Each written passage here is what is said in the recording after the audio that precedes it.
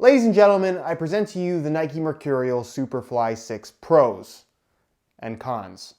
What's going on, guys? Josh from SoccerReviewsForYou.com, bringing you my review plus on-feet video of the brand new Nike Mercurial Superfly 6 Pro. Now, this is the first takedown model on the Superfly side of the new Mercurial lineup, bearing a retail price of $150 US, a whole $125 less than the top-end full Flyknit Elite Superfly. Now, unlike that Superfly, this of course does not feature a full Flyknit upper. Instead, it has an upper that compares more closely to what we've seen previously from the Mercurial Vapor 11 as well as the Mercurial Vapor 10. However, it's mid-cut with an actual Flyknit collar, so there is some element of Flyknit on this first takedown that honestly is more like a top-end mid-cut Vapor rather than an actual takedown. It also has a lot of carryover elements aside from the lack of a Flyknit upper that you'll also find on that top-end Elite model. So again, while the price might indicate that it's a lower quality shoe, it actually isn't. They're much better than I think a lot of people would expect, and actually a really solid option at this kind of unusual $150 price point. So if you want to learn more about these, as well as how they fit and feel on feet, please stick around, watch the entire video, and if you're interested in a pair for yourself, I'll leave a little pop-up on screen, or you can click the first link down below. That'll take you to the review page on my website, where you'll find buy it now links with exclusive SR4U coupon codes, where you'll be able to pick these up in multiple different colorways below their normal $150 retail. I forced that one. For those wondering about a string bag, it's a takedown model. They don't come with one, you just get a box. Now, if you regularly watch this channel, you know that I've been highly critical of a lot of these higher priced takedown models that Nike has been putting out over the last couple of years, especially the mid-cut ones. This Superfly 6 Pro is the replacement for the Mercurial Veloce 3 DF, which was by no means a bad shoe. The quality was actually pretty decent, but it retailed for an astonishing $175, which is basically what you're going to spend on most top-end boots. You can find most $200 to $250 shoes on sale for about $175. So why you would spend $175 on a takedown versus a top-end model, that I don't know. I just didn't think that they were worth it. However, with its replacement, they've lowered the price and significantly upped the quality. Instead of $175, these retail for only $150. And while that is still expensive for a takedown model, I honestly do think that you are actually getting your money's worth, which is what takedown models should be all about. Good value, good quality for a fair price. And I actually think that this is a pretty fair price. Now, of course, the big difference in comparison to the top-end Superfly 6 Elite is the fact that this does not have a Flyknit upper. What you're gonna find instead is a synthetic material that is unnamed at this point in time. I haven't seen tech specs on Nike's own website or from any retailers that call it anything specific, but it pretty much feels just like Teijin synthetic, like we've had on the Vapor 11 as well as the Vapor 10. I would say more so the Vapor 10 just because it doesn't have the heavy texturing, the speed ribs that we had on the previous generation of Mercurials, which I actually like because it makes the upper that much thinner. The material is obviously very thin. It does have a bit of an internal liner, but it's flexible, it's soft, and as thin as it is, it doesn't feel plasticky or rigid on your feet, which is really nice. It's that true barefoot sensation that we've come to love from the Mercurial line, specifically the Vapor series, and I know that this bears the Superfly name, but it definitely does feel more like a mid-cut Vapor if I had to compare it to anything else that Nike's done in the past with the Mercurial series. So if you're looking for that pingy, true barefoot sensation, you could argue that this is actually a more true barefoot sensation than what you would get from the top-end Flyknit variation, although I do prefer the Flyknit upper on the Superfly 6 Elite. I'll say that right off the bat. As far as the surface of the upper is concerned, it does have a little bit of a micro texturing, as you can see up close, and then just like the texturing you'd find on the top-end model as well, it's got these kind of streaking lines running the length of the shoe that add a little bit of surface texture, but that's about it. It's not something that really has any major impact in regards to grip on the ball. Something that we've never seen before on a takedown model is the inclusion as well of ACC all conditions control, which is a wet control element. A lot of people really buy into what it actually does. Honestly, I don't think that it has that big of an impact at all, but if it's important to you, you're getting it now on a takedown model at the $150 price point. Which brings us to the mid-cut aspect of the Superfly 6 Pro. Now, I know I just mentioned that I think it's a really good value at its respective $150 retail price. However, there is actually a better value for money option if that's purely what you're after, and that is in the form of the Vapor 12 Pro that I have right here in orange. Now, for those that don't know how the new Mercurial line works, there's a Superfly side and a Vapor side. The Superfly side is mid, the Vapor side is low, and of course, the low-cut models tend to be a little bit less expensive. This has all the same elements aside from the construction in the heel and of course lack of a collar, and it retails for $120, so $30 less expensive than the mid-cut Superfly 6 Pro. So in terms of value for money and what my overall preference is, I would personally prefer the Vapor 12 Pro. However, I think if you really like the mid-cut aspect, the look of the collar, the feel of the collar, then absolutely the extra $30 is worth it for the Superfly over the Vapor, if that's what you really want. Now, just to compare these to the Veloce 3 DF one more time, this features a better synthetic upper, but the same overall construction. It's a one-piece upper where you have the middle part where a tongue would normally be filled in with some kind of elasticated material. In this instance, it's Flyknit, which of course extends into the collar, and we didn't get that on the $175 Veloce 3 Pro. Not to say that the collar was cheap on that shoe, but this feels a whole heck of a lot better. You're also gonna find that it uses the same dual lace hole setup with the laces running directly through the middle, so you're able to get a nice, snug, secure fit, kind of typical of a Mercurial. It's got a nice tight wrap around your foot, something I will talk about more later in the video, but the Flyknit area running through the middle and extending into the collar is identical to what you will find on that top-end Superfly 6 Elite, which is great considering that these are $125 less expensive. So the collar feels very premium. It's now got that kind of shorter length that's apparently inspired by the shorter custom collar that we've seen Cristiano Ronaldo wear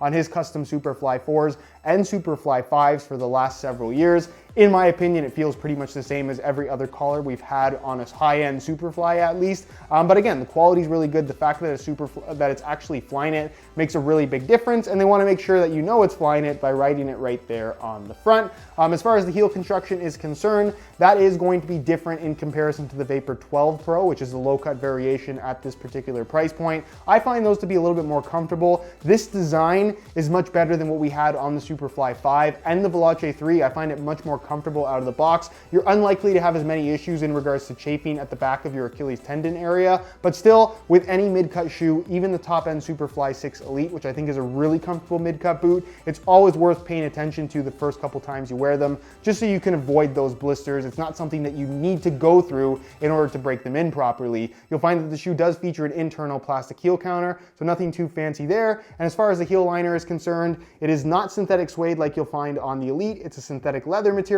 with not a ton of padding, but just enough to where a heel lockdown is pretty decent. And there's some perforations in the synthetic as well that don't do much of anything. As you would expect at this price point, the insole is fully removable, pretty straightforward in terms of its construction, standard mesh liner on top, a single layer of this ortholite foam, and it does have this interesting pattern kind of pressed into the underside of the insole. That pattern actually matches the pattern you'll find on the underside of the Soleplate, which, yes, this is a split sole design. All the new Mercurials are, but they all actually feature full-length sole plates. I'll explain more in just a second, but that pattern is there, maybe a little bit difficult to see, and it matches the pattern on the insole. So the idea is that the two patterns kind of lock in like a puzzle piece, if you will, so the insole doesn't slide around on the base of the shoe. I didn't find insole slippage to be an issue whatsoever, and honestly, I question how effective this system is going to be. There's a much more kind of hardcore system like this on the top end Elite model, but the insole doesn't slide, it feels pretty decent, and there really isn't anything to complain about. Now, as far as the sole plate and stud pattern is concerned, it's pretty much identical to what you're gonna find from that top end Elite model. The only difference, and this is more so just speculation, is that they have actually used a slightly different plastic, mainly for the sole plate, that weighs a little bit more than what you'll find from the Elite variation. It's ever so slightly thicker, but hardly noticeable when you're actually playing in the shoes. You only really notice it if you have the Elite on one foot and the Pro on the other foot. Otherwise, you're not gonna notice it whatsoever. And I think that is the explanation as to why the Superfly Elite is slightly lighter than what you're gonna get from the Pro. Because I know this isn't a Flyknit upper, but I don't see this material actually weighing all that much more, even though, again, the weight difference is pretty minimal. So in terms of feel and performance, this is identical to what you'll get from that top end price point, which is great because I really do like this setup. So what's happening here is, of course, that what you see from the outside is a split sole, which a lot of people seem to think that this is a very bad thing. It's something that Nike has done before. Other brands have done it before as well. It's not really new technology. Nike is kind of just bringing it back. I think more so for the sake of looks than anything. What you're going to have as a sole plate base that runs from heel to toe is their anatomic sole plate that carries over from what we saw in the Vapor 11 and Superfly 5, now for the first time being featured on a takedown model, which is great. That anatomic sole plate allows your foot to sit slightly in the sole plate rather than on top of a flat surface. It basically just has a slight amount of shape to it, which actually makes a surprising difference in regards to the responsiveness and I guess overall connected sensation that you get from the shoe. The difference with a split sole is that you're going to find that the material covers the midfoot area, the same material that you have on the upper. And this, being a synthetic rather than Flyknit, has a slightly different construction where the seams are basically on the two sides of the sole plate through the midfoot instead of directly down the middle. But you can also see that little bump that runs through the middle. That's basically a stiffener spine, as we saw on the previous generation of Mercurials. Now on top of that sole plate, they put two stud plates, one in the forefoot, one in the heel, and that is basically what attaches the studs to the shoe. And the reason I think they did this, aside from just the looks, is because now with this setup, they can go from firm ground to AG to soft ground without losing out on the anatomic sole plate, which is something that we did lose out on when you went from firm ground to AG, as an example, with the previous generation Vapor 11 and Superfly 5. So that's actually a really good thing. As far as the stud pattern itself is concerned, it remains completely untouched from what we saw introduced originally from the previous generation. It's all these chevron bladed studs, all in the same spots, all the exact same size and length. And on firm natural grass, this of course being the firm ground stud pattern, the traction that it provides is pretty tremendous. I would say that this is the most aggressive, kind of hardest biting traction pattern that you're gonna get from any shoe right now, as it was with the older Mercurials as well. Also, you get pretty decent flexibility from this sole plate. I would say that's actually a slight improvement over what we had before. It feels nice and solid, has some good flexibility to it, and traction is excellent, as you would expect from a Mercurial. A high-end Mercurial, but this is a takedown. Of course, this is a Mercurial, so the weight is fairly important in regards to how the shoe is going to feel. In a size 9.5 US, the Superfly 6 Pro weighs in at 7.6 ounces, which is not super light, but it is lighter than the model it replaces, the Mercurial Veloce 3 DF, and they actually feel very lightweight, very connected to your feet, and pretty responsive on feet as well. If we're comparing this to the high-end Superfly 6 Elite, those weigh in at 7 ounces, so you're talking about a ½ ounce weight difference, which I wouldn't say is all that noticeable. The more noticeable aspect going from the Pro to the Elite is gonna be the feel of the upper, which I would say the upper on the Elite is softer because of that Flyknit material. And if we're comparing this to the Vapor 12 Pro, which is the same shoe in a low-cut form factor, those weigh in at only 7.4 ounces, which is 0.2 ounces less. Again, a fairly insignificant amount of weight. So if you're looking for a lightweight feel, these are actually pretty light. Not as light as the top-end models, but you were probably expecting that anyways. As far as aesthetics go, I would say my main issue with the look of this shoe is that the collar and the upper are two different materials. When the entire shoe is made out of Flyknit, as an example, the collar looks like it's supposed to be part of the shoe, whereas on this particular shoe, where you have a synthetic upper with a Flyknit collar, you can see it's sewn in around the edges. It's done cleanly enough. It doesn't look cheap by any means, but it looks like something that was kind of added on after the fact. It doesn't look like it's supposed to be a part of this shoe, at least in my opinion. From a distance, it's really difficult to tell that there's a change up in material whatsoever. For the most part, it does actually look like the top-end Superfly. Of course, one of the giveaways would be the lack of shiny finish, or at least special wearable finish on the stud plates. This just features orange plastic with black studs, but for the most part, I wouldn't say that the shoe looks cheap at all. Again, if you're going Superfly or Vapor, I think looks is probably going to be a big part of that. Personally, I prefer the look of the low-cut Vapor 12 Pro over the Superfly 6 Pro, but that is a matter of personal opinion. I definitely think that these look okay, definitely better than the Mercurial Veloce 3 DFs did. As you can see, I swapped out the stock black laces for some orange with black dots premium SR4U replacement laces, which I think accent really nicely with the black and orange on this shoe. It just looks cool, makes them a little bit different. So many people are gonna have these first two colorways of the Mercurials. These make yours that much more unique. If you're interested in a pair of replacement laces for yourself, the website to go to is www.sr4ulaces.com. There'll be a little pop-up on screen, as well as a link down below in the description. So if you're interested in a pair, be sure to go ahead and check that out. On feet, the Superfly 6 Pro feels really good. You get the anatomic sole plate now, which we've never seen before on a takedown model. That feels very reminiscent of what we had from the Superfly 5, as well as the Vapor 11, and of course the Superfly 6 Elite, the model above these. The synthetic upper feels thin, It's got good flexibility to it, and it softens up significantly after about 20 minutes of wear time. The collar, honestly, you don't really notice it, especially if you're used to wearing boots with a mid-cut collar, specifically previous mid-cut Mercurials. This isn't gonna feel that much different. But as far as the fit in the heel is concerned, again, take your time with the break-in process. It does feel a little bit firmer at the back than what you'll find from the low-cut Vapor 12 Pro. However, this is definitely an improved design where there's less of a piece that kind of bumps in and feels really unusual and slightly uncomfortable like we've seen from previous mid-cut Nike models, either high-end or low-end. So in terms of break-in, honestly, these shouldn't give you too hard of a time at all. As far as the sizing and width is concerned, the overall shape of the shoe has been tweaked slightly in comparison to the previous generation of Mercurials.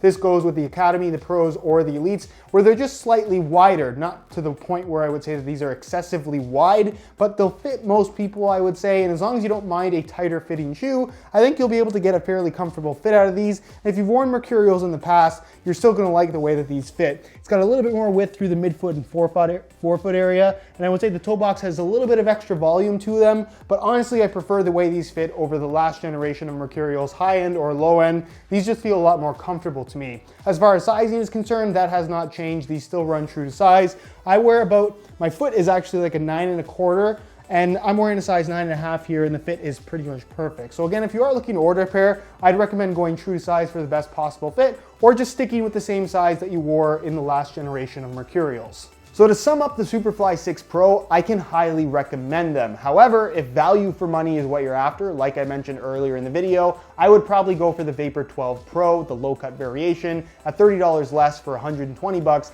That's gonna be a much better deal. However, with the Superfly 6 Pro, I think if you've been a fan of the Mercurial Vapor series, whether it's the Vapor 10 or Vapor 11, the two most recent ones, this feels pretty much exactly the same in regards to the upper and overall performance characteristics, but you're getting the addition of an actual legitimately good Flyknit collar. So if you've always wanted that collar, but you don't want to lose the Mercurial Vapor feel, that true Vapor sensation that only a Vapor can provide, you can actually get that now from a Superfly, not a Vapor, for a pretty decent price as well, 150 bucks rather than 200 to 230, which is what we're used to paying for top-end Vapors.